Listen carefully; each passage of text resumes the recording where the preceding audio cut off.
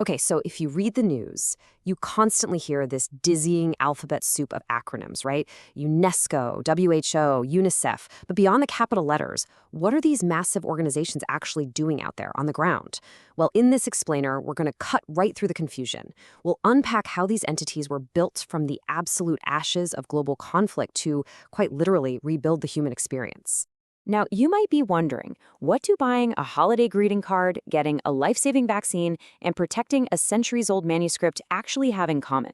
On the surface, they seem completely unrelated, but surprisingly, they're all intimately connected by the specialized agencies of the United Nations. We're going to see exactly how these wildly different actions weave together to form a safety net for global development. Here's our roadmap for this explainer. We'll start by decoding that alphabet soup.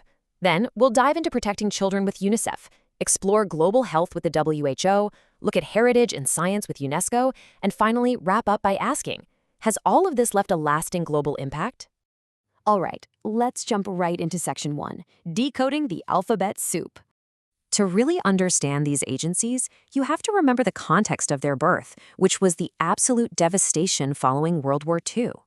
The United Nations itself operates as this massive political body, but it essentially uses these specialized agencies as its hands and feet on the ground.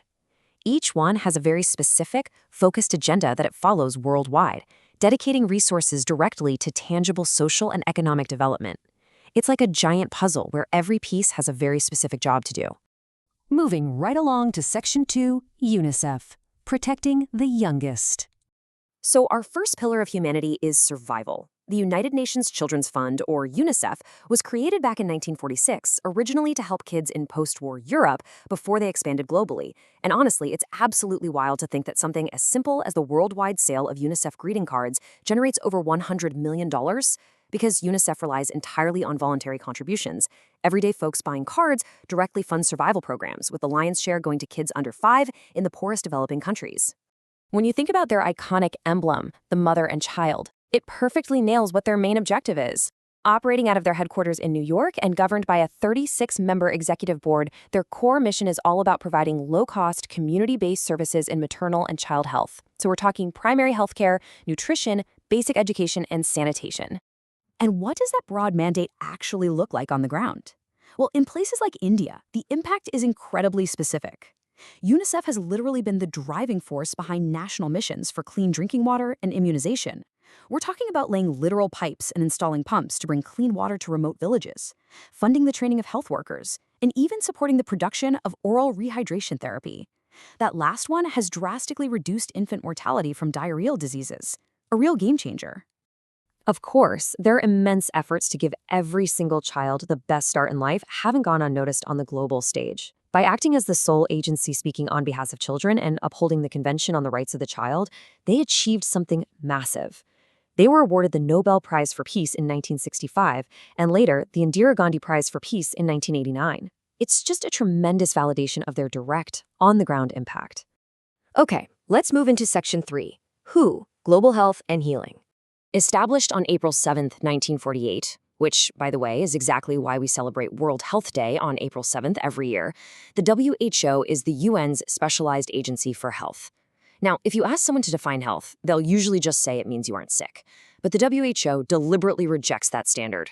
Their constitution defines health as a state of complete physical, mental, and social well-being, not merely the absence of disease or infirmity.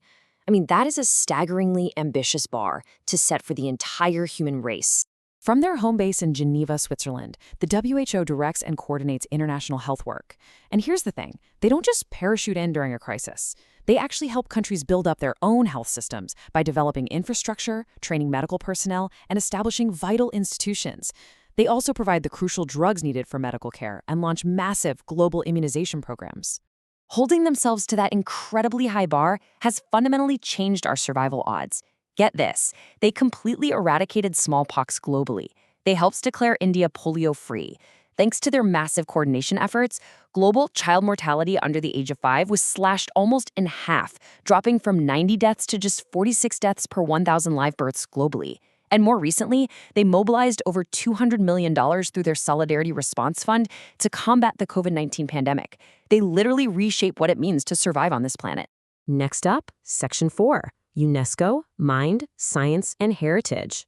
So while UNICEF and the WHO focus heavily on physical survival, UNESCO makes sure that human life is actually educated and connected. Established in Paris in November 1946, their whole objective is to contribute to peace and security by fostering cooperation among nations. They tackle illiteracy head-on and push hard for the education of women and girls. But what's really fascinating is how they tackle global imbalances in science.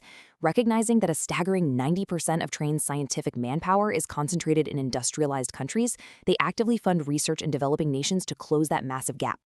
It's super easy to think of UNESCO as just this abstract, high-level entity sitting in Paris, but their work actually materializes right in our backyards.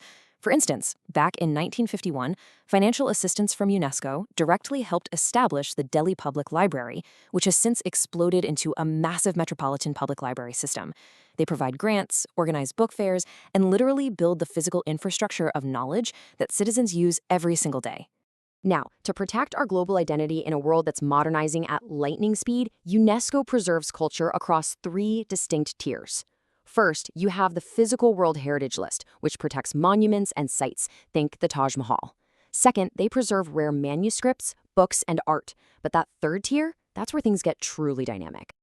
That third tier is intangible cultural heritage. This elevates living, breathing traditions to global protection. It gives official recognition to practices and skills passed down through generations. In India alone, this means safeguarding the ancient practice of yoga, massive religious festivals like the Kumbh Mela, traditional Ram Leela performances, and recently, in 2023, the Garba of Gujarat. It's all about keeping human traditions alive and really strengthening our social cohesion. And finally, Section 5, a lasting global impact. So as we wrap up this explainer, we really have to look back at those massive promises made by these agencies over 75 years ago. We've seen how they've woven themselves into the fabric of our daily lives, and we've explored their incredible successes, from eradicating diseases to funding global literacy to protecting priceless heritage. But, the global challenges ahead are still immense. So based on everything we've unpacked today, what is your verdict? Have these highly ambitious agencies actually lived up to the massive agenda set out for them? Thanks for exploring this with me, and keep questioning the world around you.